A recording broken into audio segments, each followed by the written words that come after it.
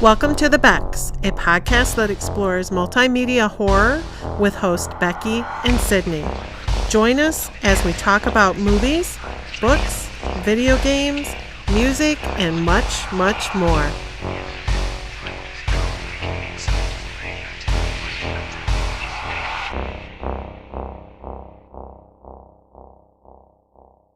Thank you so much for joining us. My name is Sydney Rebecca. And I'm Rebecca Snow. And we're the Becks. Welcome back to our deep dive into The Haunting of Hill House. So this week we are talking about episodes 5 and 6. The Bent Neck Lady is first. This is a rough one. It's insane. Yeah. Again, like we've said all along, they're all rough, but since Nell is my favorite pretty much, this one's rough. Yeah, and this is her episode. We finally get to see what she's been up to. And it's shitty. It's good for a minute. Yeah. Which makes it all worse. It does. Okay. Let's give her all the happiness in the world and then crush her like a bug. So child Nell, the very first night they stay at Hill House, she gets her first vision of the Bent Neck Lady. Yeah. The Bent Neck Lady is terrifying. Literally. No words are said. There's a few screams here and there. Mm-hmm. But it's just this woman with long hair, and her neck is literally like broken, twisted to the side. Uh-huh. And all she does is stare at child Nell. Yeah. And it scares her. Yeah.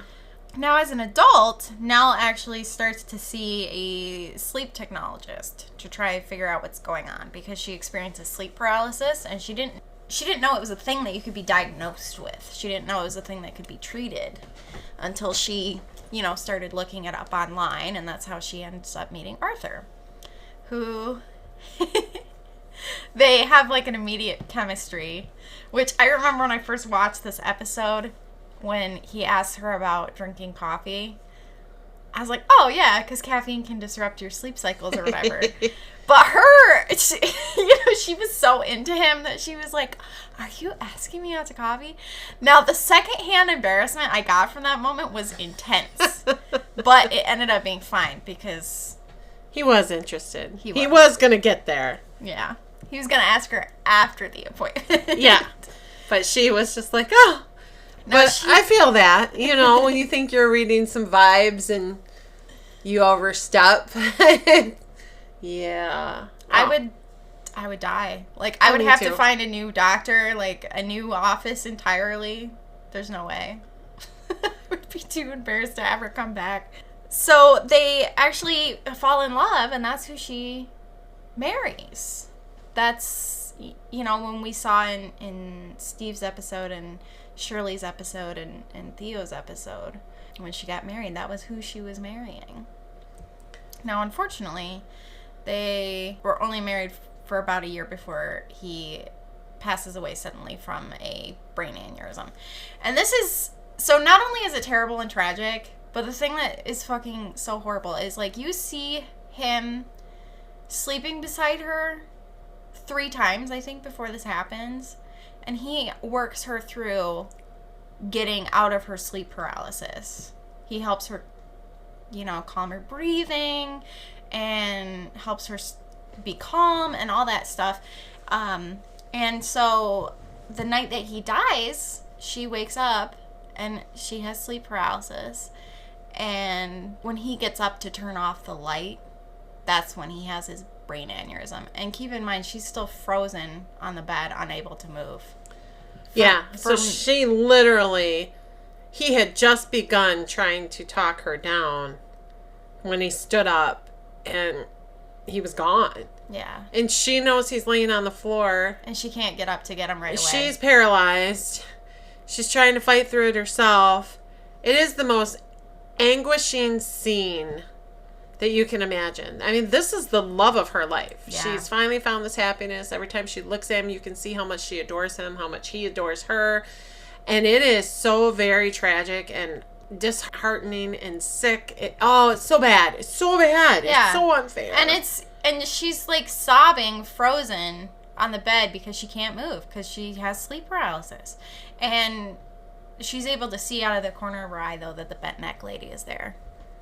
Now, she sees a therapist as an adult, which, good for her, first of all. I don't like her therapist. I don't think her therapist was right for her. I don't think he was bad at his job or anything. But no, he wasn't good for her. Yeah. At all. This is the thing that I don't think a lot of people talk about is if your therapist isn't right for you, you can find a new one. And honestly, if you're a good therapist, if you think that you're not good for your patient, you should be able to refer them away from you as well. Yep. That's just, how it works. It's like you can always just have that initial appointment with somebody or even a couple. I think if you don't have a decent enough chemistry with that person.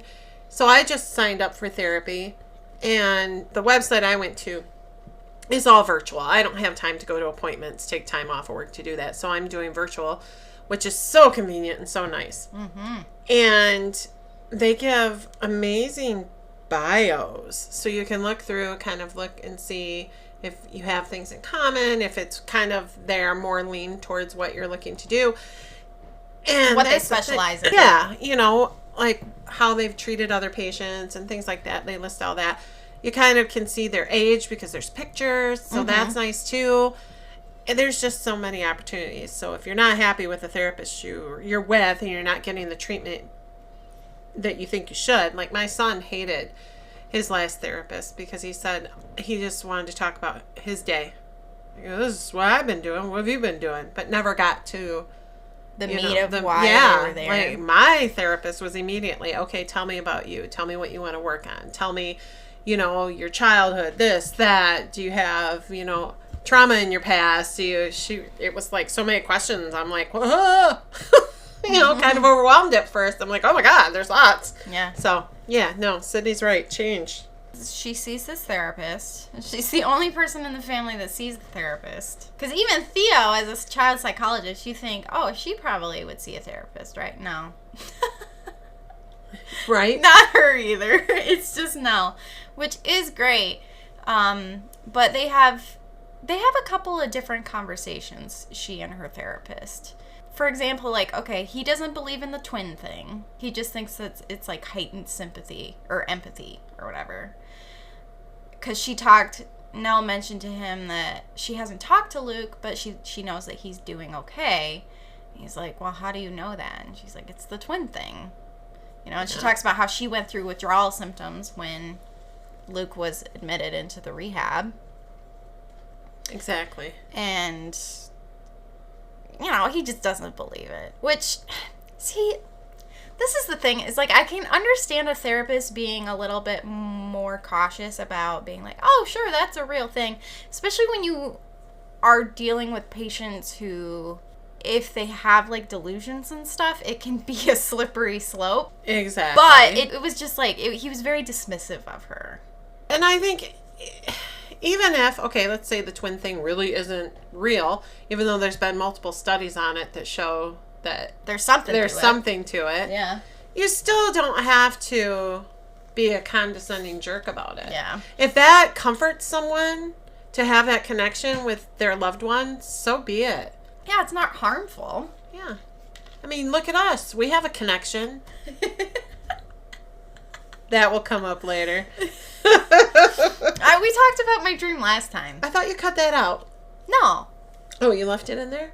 No. Yeah, I left it in, but I edited it out as well. Like, I copied it. Oh, I should say, okay. So we could. So yeah, she walks in her dreams to my house. Yeah.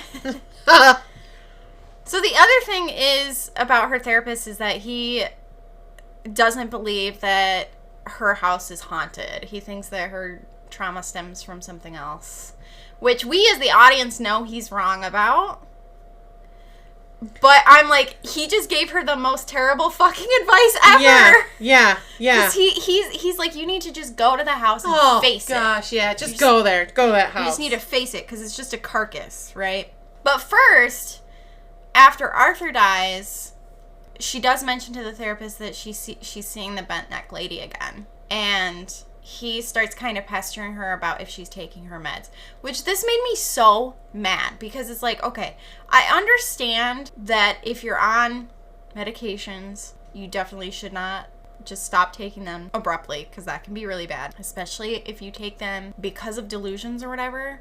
It came across as pill pushy to me a little bit, because it's like, okay, there's a larger issue going on. You know what I mean? Well, yeah, and sometimes I feel that pharmaceuticals are used to mask rather than treat. Mm.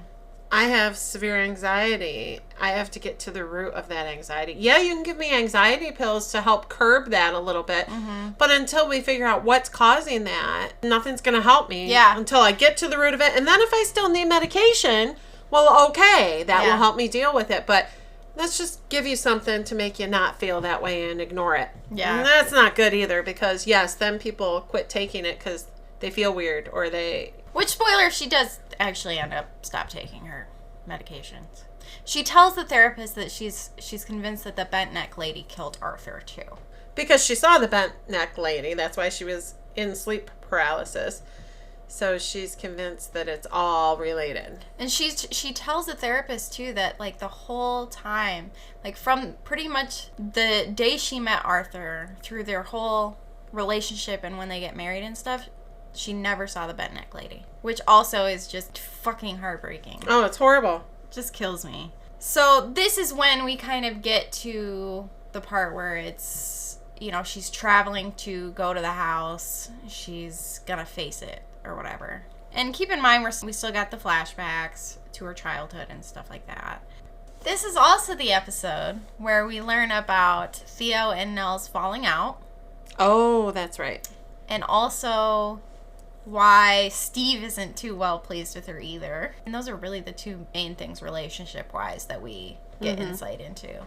Oh, and also, like, what happened the last time she saw Luke. Oh, yeah.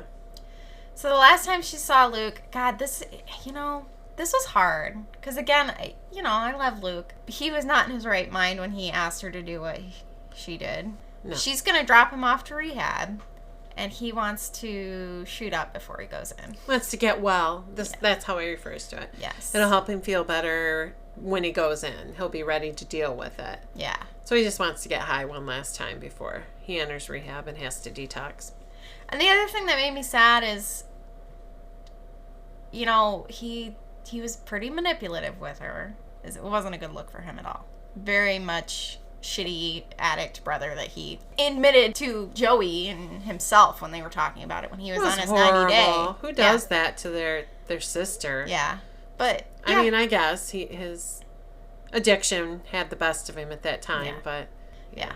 He's like, yeah, I need you to just get that for me. That guy right there. It takes her to the shadiest area, He'll sell it to you. But don't let him see me because I owe him money. And he'll kill me if he sees me. Yeah. So he literally sends his sister, just this tiny little girl. I mean, she's not a little girl, but, she's a tiny woman. Yeah. Out to ask a drug dealer for heroin. Cool. Also, like, as a drug dealer, would you look at someone like her and be like, oh, yeah, this person isn't working for the cops? Right?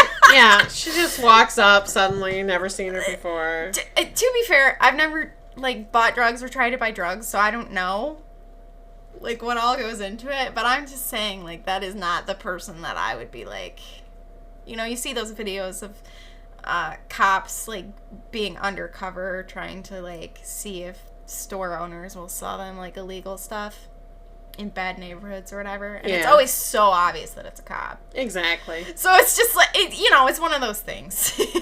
But so she does do it, and while he's shooting up, she sees the bent neck lady again in the rain. So she sees Theo again. I don't know exactly how long it's been since, at this point in the show, since Arthur died. It's after Arthur died. And this is one of the first times that you see Nell kind of, besides the moment with Theo and her mom, it's the most that these characters come out and talk about the fact that there's something different about them. Because Nell asks Theo to see if she can still feel Arthur at their apartment. And it's really obvious, from the first scene that, she hasn't cleaned in months or done laundry or picked up or done anything. And Theo's upset because she's she doesn't want to do it.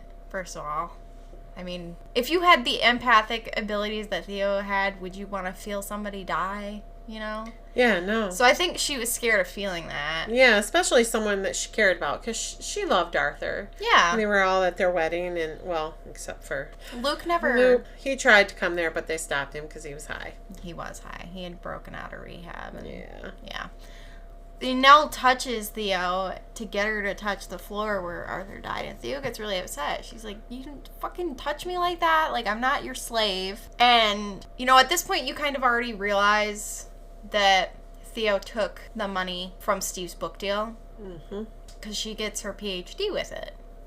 Nell knows, though. And she calls her out on it. And they have a big fight about it, and Theo leaves. She's like, you know, I just wanted to come out and spend some time with my sister, go to the beach, because, you know, California. But you can't treat me like this, which I think is fair. For sure. Nell said some pretty shitty stuff to Theo, so I'm not surprised that Theo left. So that's their fight. And then Nell goes to a reading of Steve's, one of his new books, and calls him out in front of all of his fucking fans. And they know who she is pretty much right away. They're like, holy shit, it's his sister. Because again, because of the Hill House book that he wrote, the whole family's kind of infamous. Most famous. Well, yeah, everybody wants to know about the family when they see him. Like the book reading, people kept raising their hands. He's like, does anybody have a question not concerning Hill House? Yeah, like about the book that, you know, I'm here to read today type deal. And she's like, I can't believe you stand here and you read this shit that you don't even believe in. And she calls him out hard. Mm-hmm. Like, it's definitely like a public humiliation thing. And he gets super mad at her. And he's like, are you on your meds? You know? And he's like, I've been here for every phase of yours. I've been there for the yoga phase, the crystal phase, the Christian phase. This is just your newest phase.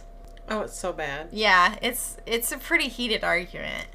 But she goes to her therapist and is like, I called him out. It felt great. And her therapist is like, that's not exactly what we discussed. But she's kind of manic. And that's when he asked her again if she's taking her meds. Yeah. And she's like, yes, I'm taking my medication. She's not. She's not. She flushed it all down the toilet. So finally, we get kind of more caught up. Right? She's staying at a motel. She kind of like zones out. Mm-hmm. She loses a bunch of time. She's in a motel going to Hill House. Yeah. This is when you kind of see her side of the story a little bit. Just a little bit. The night that they left. Because she remembers staying at that same motel the night that they left Hill House when they were children. Mm-hmm. And how she didn't go to sleep because she was waiting for her dad to come back.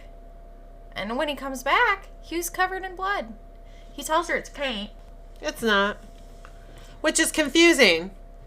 Because the whole time you're hearing that Mom killed herself by hanging. So you're like, what's all the blood from? What's all the blood from? What's all the, it's kind of weird. So. Yeah. I mean, it definitely looks like blood. For sure. So is it paint? So... This is also where you see, again, Luke helping her count out the things. And when she's sitting on the motel bed, she counts out sugar packets. She sees the bent neck lady when she goes to get some water. Everywhere is the bent neck lady. Yeah, everywhere she goes, she sees it. And it's scary, dude. It's fucking scary. Yeah. So she finally gets to the house, and it's all lit up. Like the night they left. And it's restored, and it's... Yeah, she sees it just like she did as a kid. Yeah, and... It's not this dilapidated building that nobody's been taking care of for 20 years or whatever it's been. Her siblings are waiting for her there, and so is Arthur. Yep. And they all look great. Yeah, he's the only one that I think doesn't talk, though. The rest of them do. Do you remember him talking? Do you remember him saying something to her? I thought when she walked up to him and said, I've missed you so much. Oh, I think he did, too. He said, I miss you, too. Yeah, no, he did. But it switches to the view of what the house actually is. And it's empty and dilapidated and overgrown. But that's not what Nell sees. And Steve apologizes, and Luke says that he's finally clean. And, everyone is telling her exactly what she's wanted to hear from them. And she's able to dance with Arthur again. And her mom is there. Mm-hmm. And they're going to have a tea party. Yeah. And again, it cuts to her dancing with Arthur. But then she's dancing with nobody. And it gets to the point where her mom gives her a necklace. Yeah, she's up at the top of the spiral staircase by this time. Yeah. Because they're going to have a tea party in the red room. Mm-hmm. Yeah. Her mom's like, well, you can finally have this necklace.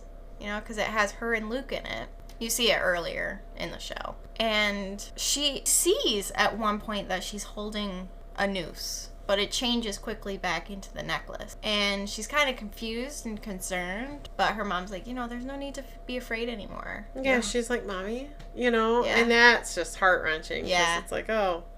It's like, you're home now. You're with us. Then her mom pushes her over the edge. And she's got noose around her neck. And boom, her neck breaks instantly. Yeah, her mom pushes her. Yeah. Her mom's ghost. Her mom, whatever. She pushes her. Yeah. And then, while she's hanging there, dying, she starts to fall through time. Yeah, and, each time she falls, the noose snaps. Yeah. It's just so horrible. It's very visceral. But this is where you realize that every time she saw the bent neck lady, that it was actually her. She was seeing herself. She was seeing herself. Premonitions of herself. Yeah. Devastating. Devastating. At that moment, you're just like, oh my God. That is still one of the most insane twists / revelations / whatever that I have ever seen. It was masterfully executed. And it is so fucking tragic. Because again, she was haunting herself, which is crazy. No, it's awful. And I had forgot. I had watched this before, way back when it first came out, and then watching it this time, and I was just like, oh, no, that's right. It's hauntingly terrifying and disturbing all in once. Because I think at that moment she realizes that she didn't have to be, she was scared, but it was her. It wasn't someone after her, but it was, it's awful. It's the house. The house is awful. Well, and this is the other thing, because I remember when I first watched it, I was like, fuck, she's right. The bent neck lady did kill Arthur. Mm-hmm. But she didn't. No. It really was an accident. Yeah. And that's also... It really was just an aneurysm that killed him. Yeah, in a way, that's almost more tragic. Again, because it really was just a freak event that happened. And even if she had not had the sleep paralysis at that moment in time, an aneurysm, once it bursts, you have seconds. It's not like he could have been saved, no matter what she did. Yeah. And so, that was rough. There's nothing evil about the bent neck lady, because it's Nell. Yeah. Dude. And when she sees the bent neck lady scream, it's her screaming. It's like her trying to warn Nell. Mm-hmm. And so that makes it... It's not evil, but it's terrifying. Yeah. To think that was her future self trying to... Run. I don't know. What was she trying to tell her? And the other thing that really sucks is the inevitability of it. Yeah. That was always where it was heading. There was no way to stop it. No. She couldn't run. She couldn't. And that brings me to okay, so whether she was in a dream state when she was seeing her or whatever, when my dad got hurt and lost his arm and leg, he said he knew it was coming. He had had a premonition. He had had a dream. He knew it was coming. And I was like, well, then why'd you continue going to work? And he's like, if it didn't get me there, it would have got me somewhere. What was meant to be was meant to be. It showed me it was going to happen, but there was nothing I could do to stop it. And to know that, to feel that, I don't want that. Yeah. I can be obliviously dumb to everything around me for that. No, thanks. I don't want to see something like that coming at me. Oh, how terrifying. Yeah. Yeah, and that was one of the first things too that it's already implied by everything that happened in previous episodes, but I immediately thought back to Luke saying that his neck hurt. His neck hurt so bad. Yeah. And I was just like, fuck! Like, that just is so, it's so terrible. It is. I just hate it. Ugh. Okay. So a lot happens in the next episode. The next episode is called The Two Storms. We finally have all of the family reuniting for the funeral. Or not quite the funeral, the viewing. Yeah. The family, the private viewing. And then back in the past, there's a big storm that happens in Hill House. So the storms are happening in the present and in the past. And Shirley's window gets broken and it's scary and the power goes out and the chandelier falls and Nell goes missing. Yeah, all in this dark house in the middle of the night. And it seems like all of the flashlights work for a minute, even though they put new batteries in, and then they're gone. Yep. So, yeah. And then the kids, oh, no, there's so much happening. It's so bad. Even Steve admits he thought he saw something. Because they mentioned, like, a dog with red glowing eyes. Yeah, they said it was like a wolf. Moving through the house. Yeah, it scared them. And they all saw it. And even Steven, yeah, he's like, no, I saw it. Yeah. Theo is holding Nell's hand because Nell's really scared. And then, Olivia's talking to all the kids and talking to Luke and, everything. And then she's talking to Nell and she kind of trails off when she looks up because Nell's gone. And Theo's literally was holding her hand. Yeah. And she's like, I just was holding her hand. What happened? And they can't find her. They can't find her anywhere. Mm-hmm. So then, back in the present, everybody arrives. Luke looks beat to hell, obviously. Steve kind of has a mental breakdown a little bit when he sees Nell. Yeah. At first, Luke isn't able to go up there. And then Steve is like, nah, man, we'll go together. We can do it. And Luke's face when he looks at Nell. Obviously, Steve's talking, and he's the one that's kind of the one that you kind of look at for most of it. Because he's like I said, he has a breakdown. He's just like, that's her. Yep. Yeah, he just freaks out. But Luke's face is one of the worst things ever. The actor is so good. He is. He's super handsome, too. Yeah. Even beat to hell. Yeah. No, he is, yeah. Steve sees his mom's ghost. Everybody's drinking. Shirley keeps telling Theo to slow down, but Theo's like, if I stop drinking, I'm gonna start hitting. Yeah. Yeah, it's almost kind of interesting. You look at each sibling and they all kind of respond to their grief super differently. Oh yeah. Including the dad, I would say. I would include him in that because you got grief, you got anger from Theo, and you got bargaining and denial and all that stuff. When you lost your mom, did your siblings act different than you did? Oh, yeah. Yeah. Everybody handles it differently. I just think it's interesting that they just all show it differently. It's good writing. So it all fits how their characters are. I know. I think that is in real life how we all react, too. Because grief is completely different. I remember when my dad died, my brother just laughed about things and then instantly regretted everything he should have done for my dad. And me, I just cried and tried to avoid things. And my other brother just was like, I'll do his hair, what needs to be done, and then started going through my dad's stuff. So we were all quite different as well. It's just it's just weird what you kind of latch onto about stuff. Yeah. It's so random. Because I remember it took me almost 2 entire years to get rid of my mom's Disney Plus profile that she had. Yeah.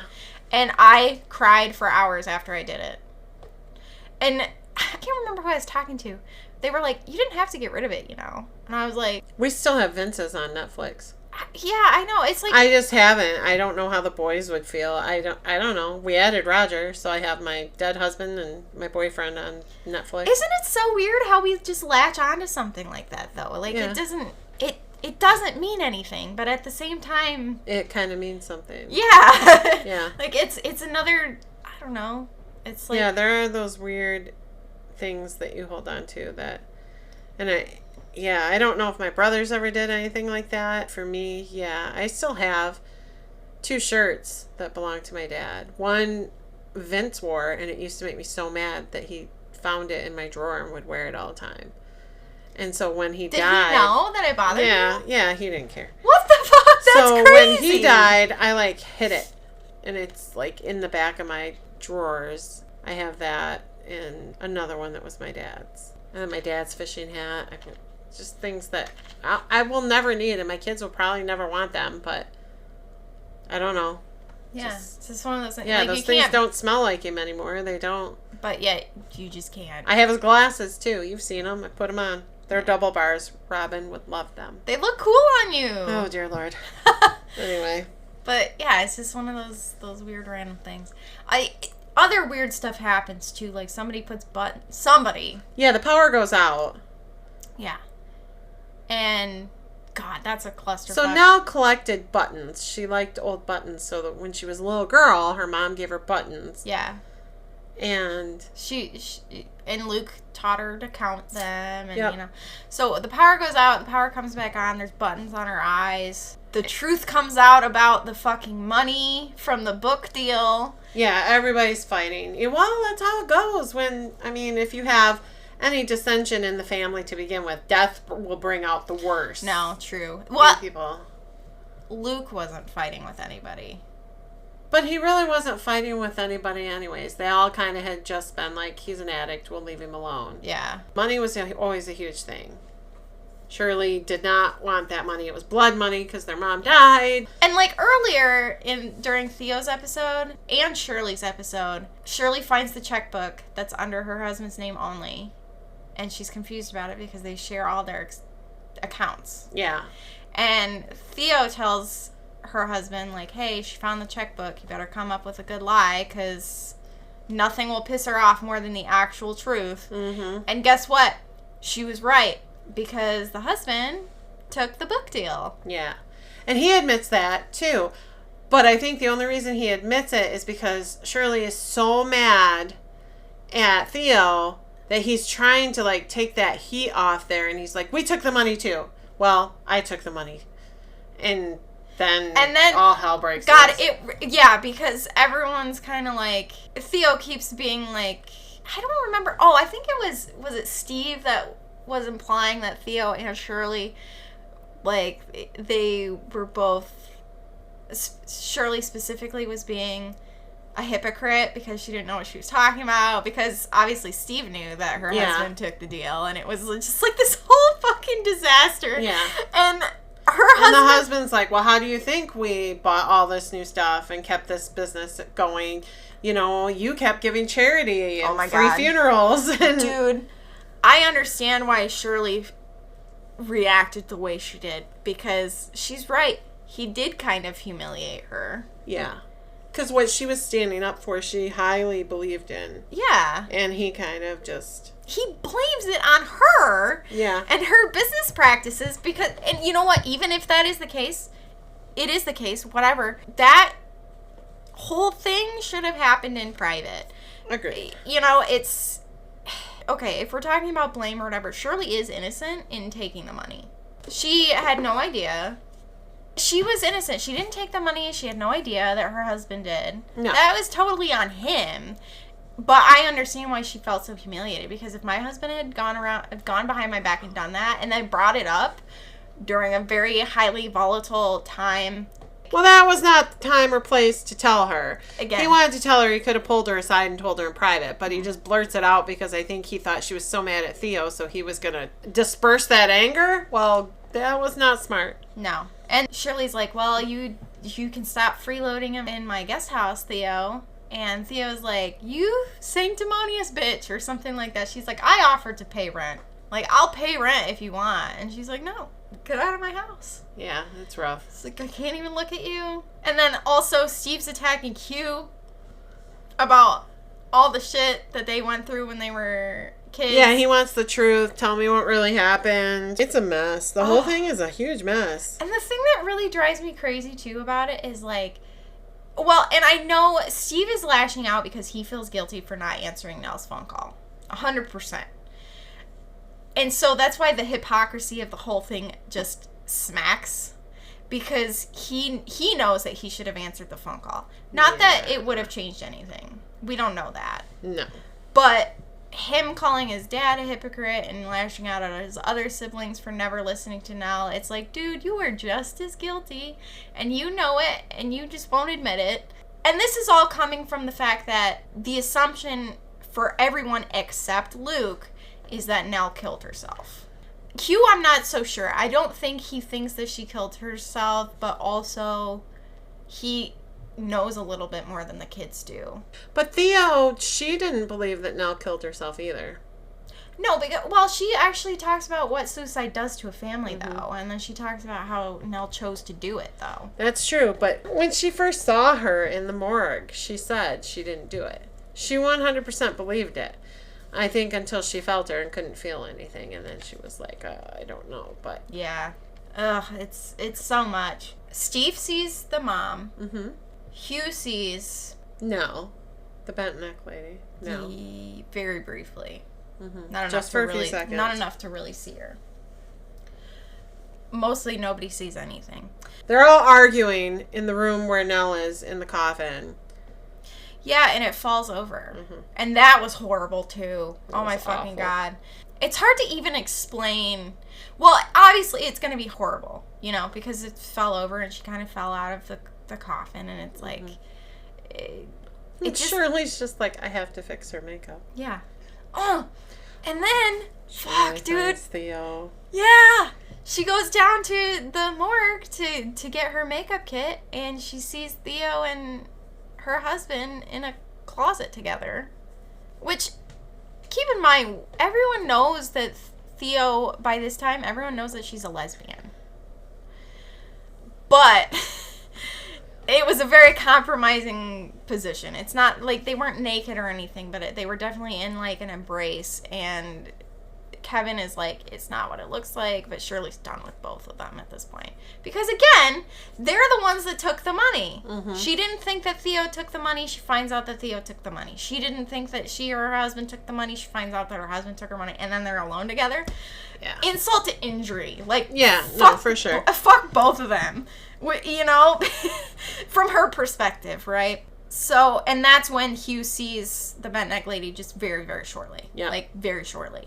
Back in the past, Nell finally appears, and she's freezing cold, and she's shaking, and she's upset, and she's like, I was yelling and screaming and crying for you guys. None of you would answer I was me. here I was the whole right here. I was right here the whole time, and no one saw me. And Luke is like, you can't ever do that ever again. Like, I'll always be with you, you know, like, and that was another time when I was just like, fuck this show.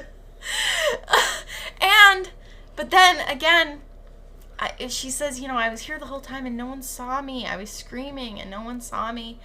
And then the bent neck lady is there and no one sees her. Just more parallels. It's just fucking terrible. The other thing I want to mention is Olivia also technically goes missing for a time in the past. Hugh finds her, but she's very confused and like in a fugue state. She keeps saying, I'm having the strangest dream, which we are going to talk about in future episodes, because watching this show a second time, well, not a second time, but like a subsequent time, I'm realizing something about Olivia that I can't wait to talk about, but it's too early. It's too early yet. There's so much that happens in this episode, like we can't even cover it all. Again, watch the show. Yeah, so no, good. it is really good. If you like creepy, it's just really good. There's a lot going on. Don't walk out of the room when you're watching it. Don't miss anything, because if you walk away, you're gonna miss something that matters. Because everything matters. Yeah. Everything. Mm-hmm. There's so much that's happening. So much. So yeah, that's going to do it for this episode. We're almost done. We got 2 more podcast episodes. 4 more of the episodes of Hill House. I think it'll be 2 episodes. It'll at least be 2 episodes, because I don't know if we'll need to do like a final like wrap-up episode, because there's so much to discuss towards the end of the show and stuff. So we'll see how it pans out. But then for December, we're going to be doing some like probably shorter episodes about Christmassy stuff. We'll have little spooky things there too. So exciting. Yes, yes. Fun times. So, I know we have some international listeners. Still, thanks for listening, guys. Yeah. You should comment. We would love to hear from you. You guys don't celebrate Thanksgiving, but for our American audience that does. Happy Thanksgiving. Mm-hmm. Happy Thanksgiving, Dawn. You're always our number one fan. Yeah. And then Rebecca's out there, too. Yes. We haven't heard from her lately, but... we still think of you. Yeah. And to everybody else. Just those are the two that have reached out. And yeah. I want to shout out and say Happy Thanksgiving to them both because they're always listening. Yes. Today the pod, tomorrow the world. My name is Sydney Rebecca. And I'm Rebecca Snow. And we're the Becks.